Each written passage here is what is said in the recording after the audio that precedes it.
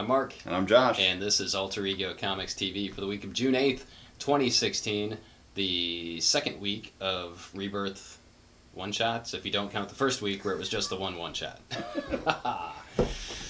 All kinds of awesome stuff to talk about this week, and we'll get to that right now. First up for me, my pick of the week, The Flash Rebirth #1, written by Joshua Williamson, artwork by Carmine Di Giandomenico. That is one person.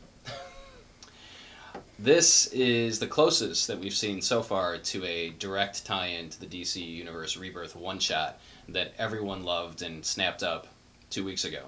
So if you got the one-shot, you want to pick up Flash Rebirth. And why wouldn't you? Because the main character in the one-shot has the word Flash in his name. So I had high hopes for this because I'm a big fan of Josh Williamson's writing. I like Birthright, I like Nailbiter, some of the stuff he's done in the Marvel Universe, and really was curious to see his take on the Flash.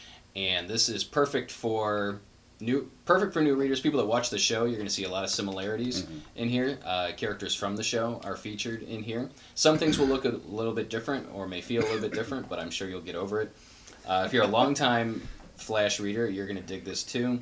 And basically this picks up from, we get a little bit of backstory on Barry and what he's doing right now. He's basically investigating a crime scene where that's very similar to his childhood, where the mother has been killed, the father is the suspect, and there's a child that's left, you know, really sad after that happens. And then we see stuff that happened in Rebirth. We get to expand upon that. We get interaction between Flash and Wally, Flash and Batman, Flash and his supporting cast of characters, and it just was super, super cool. So looking forward to the series when it officially starts. Again, this is a one-shot. We get the first issue in 2 weeks, and The Flash is one of those books that's going to be shipping twice a month. So I am on board the Flash train for as long as Williamson is there. But if you're going to pick up one book this week, if you're DC Rebirth, if you enjoyed the Rebirth one-shot and you're only going to get one book this week, it's got to be Flash Rebirth. My favorite Rebirth this week was Wonder Woman Rebirth, also a one-shot, also shipping twice a month, also starting in 2 weeks. This is written by Greg Rucka, who will be the regular writer on the series, with pencils by Matthew Clark and Sean Parsons. And I have no idea Matthew Clark and Liam Sharp. Liam Sharp, sorry. Are there 4 anchors on this book? What are they? Okay, it's 2 pencilers and 2 anchors. Okay. Right? And then some colorists. Okay. Yeah. Sure. And then the mailroom person. So Wonder Woman's kind of jacked up. If you've been paying attention at all, she's had 3 or 4 origins over the years that have gone from fairly mundane to fairly mythological in nature. And actually not even in the past, 70 years that the character's been around, just in the past, 5 years, because we've got Legends of Wonder Woman going on as a mini-series. We just had a one-shot from Grant Morrison, or a graphic novel by Grant Morrison, The Earth One. We've got another original graphic novel by Jill Thompson coming out. We've got the origin that was just revealed, well, relatively just 5 revealed years ago in the New 52, and then a twist on that at the end of the New 52. So what Rucka's trying to do is kind of set down a iconic, once and for all, explain everything version of Wonder Woman that is relatable and interesting, and I think he's doing a great job. A lot of this issue is about the dichotomy, the different origins, understanding who she is and what it is, and it's kind of integrated into the character itself. Her big trick is always the lasso of truth, so it's about truth and understanding herself and understanding what's going on. One cool thing about this compared to the other double shipping titles is the double shipping titles will actually be 2 sort of series within themselves. You've got the first week of the month books, which will be the current continuity Wonder Woman trying to track down some of the things that were revealed in Justice League and in the Rebirth one-shot.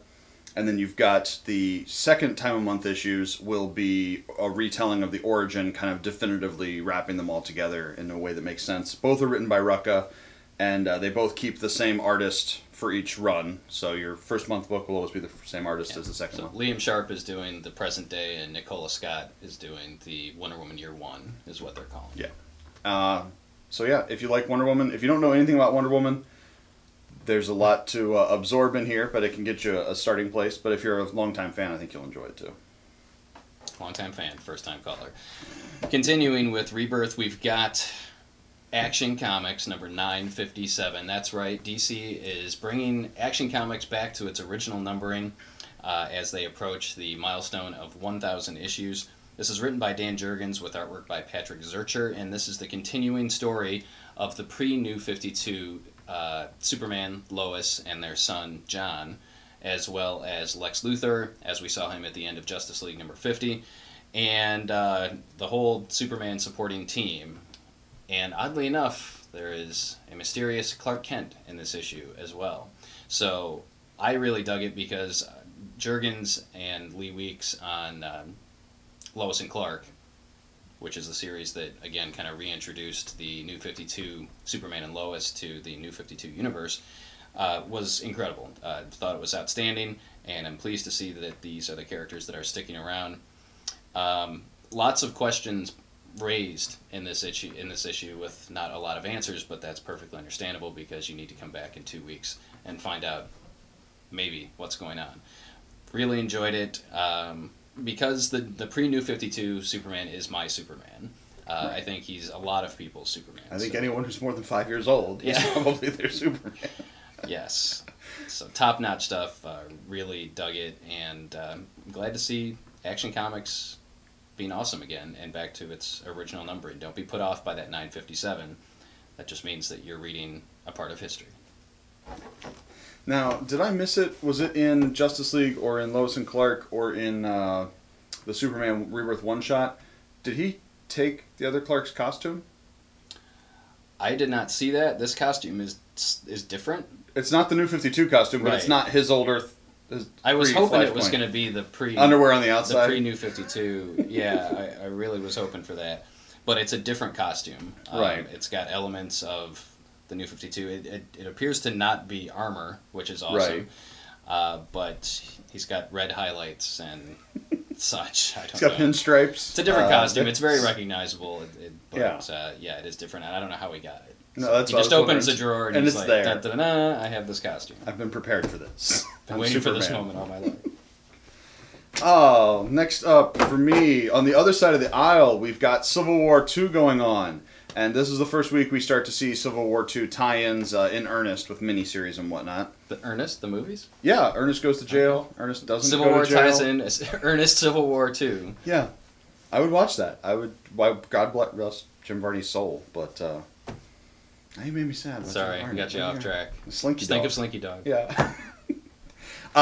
So the miniseries, we got our Amazing Spider-Man #1, or Marvel Spider-Man Civil War II #1, written by Christos Gage with art by Travel Foreman.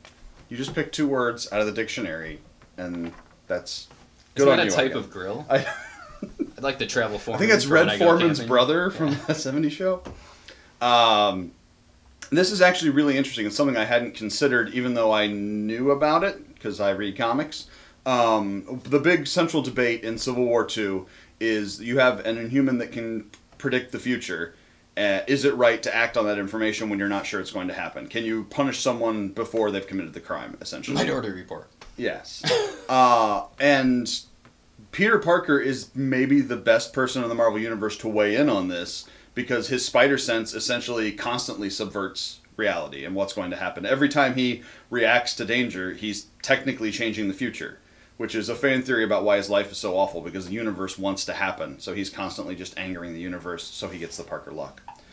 So this is about him hanging out with, I lost the name, Ulysses, yes. This Inhuman, and kind of judging his powers and deciding, you know, where he stands on the issue. And it was really good. Christos Gage has been working with Dan Slott for years, co-writing and filling in issues of Amazing Spider-Man, so it does feel a lot like the main Spider-Man book. And it's definitely worth your time if you like Spider-Man or you're following the Civil War II stuff. Also out, New Avengers 12, Civil War II as a tie-in. I really like this book. It's just a lot of fun. It's characters I like. You've got the main characters are Hulkling and Wiccan from the New Avengers, along with Squirrel Girl and Hawkeye. And it's just fun. That's all I have. I don't know how much it's actually tying into Civil War II. There's definitely some references going on, and it intercuts with the issue. But it's just a good time. And on the list of things that only I care about, Civil War II, Gods of War #1, written by Dan Abnett, art with some dude, Emilio Leaso. This is essentially a direct continuation from the Hercules series, so if you're reading that, definitely check it out. I question how much it will tie in to the main Civil War stuff. It definitely intercuts with the start of the stuff, but I love Dan Abnett and I love Hercules, so you should read it. I didn't read this. I haven't read it in a while, but the artwork by Paco Medina makes me want to check it out. It's awesome. I'm stuck in the DC sandbox this week, so we've got DC Universe Rebirth. Oh, I should say, I think I alluded to it, or it was kind of clear. The Action Comics is not a one-shot. It's the first issue of the new series, the new old series. And along the same lines, we get Detective Comics number 934, which, again, going back to the original Detective Comics numbering, and I really liked the concept of this book prior to it coming out. It's basically Bruce Wayne, Batman, and Kate Kane, Batwoman, assembling the Bat family, so to speak, the younger ones that don't have their own titles and are off doing their own thing, and training them for something that's coming, and we don't really know what that is. We get hints about it in this issue. So the trainees, this group consists of Tim Drake, Red Robin, Spoiler, Stephanie What's-Her-Face, that girl, Cassandra Cain, who goes by Orphan, and... But used to be Batgirl. Yes, used to be Batgirl. Well, so did Stephanie... What's her last name? I don't know. Brown. Stephanie Brown, that's right. And the odd duck in this one is Clayface. And there's kind of a sentimental moment in here with Clayface where they go to recruit him. Written by James Tynion IV with artwork by Eddie Barrows. This is top-notch stuff. I've never been a big fan of Batwoman. I appreciate the character and what she brings to the DC Universe, but it just didn't click with me for one reason or another. But I think I'm really going to enjoy her as part of this larger team and her role within this. A lot of times we see Bruce as this solo figure, right. and not showing any connection to his wards and his trainees, but hopefully we get a little bit of a different view in this one. So first issue was very strong, in my opinion, and you should check it out. For Batman fans, if you like any of these characters, you need to read this book. Yeah, how rough is life for Tim Drake? He used to be like running his own team, and now Batman's like, you can learn from this chick. It'll be fine. Well, yeah, I kind of had to take that with a grain of salt, but the whole New 52 jump and the compression, the compression of time and the missing 10 years, who knows how they're gonna handle it. Yeah, and this is what I really liked about that issue is Clayface, because this is all right. Prior to 1993, nobody gave a crap about Clayface. The animated series version of Clayface is the best version. It's the version I think that most people have the emotional attachment to. And this is very much that. Both in art, they're using Basil Karloff, which was the identity. I don't know if it was made up for the animated series, but it's not the original animated identity from the comic. So if you like the animated series Clayface, that's the version you're getting here. One more or two more? I got one more. Okay. All right, a bunch of stuff that came out that you need to know about. Daredevil is still awesome. Written by Charles Soule, art by Suzuki Samurai. I really like it. Goran Suzuka, yeah. This is great. Daredevil is chunking up tinier. We had the Daredevil's chunking up. We had the brief Elektra story arc previously that just wrapped up, and now we have a new one called Blind Man's Bluff that sees Daredevil in Macau, and I really liked it. It was something I had never thought about before, an interesting application of Matt's powers, and it was great, a lot of fun. Every issue that's been good. If you're digging Sherlock on the BBC, we've got Sherlock, A Study in Pink. Now you notice here on the cover we've got the name Stephen Moffat, who's kind of a big deal. That's because this is adapted from the first episode of the series. But it's a very cool kind of manga version, which means you have to read backwards if you're in America. And yeah, if you like Sherlock, you can now check it out. God, that's beefy. Or is it just the paper they use? It seems like a thick issue. Titan always uses high quality nice paper. Stock.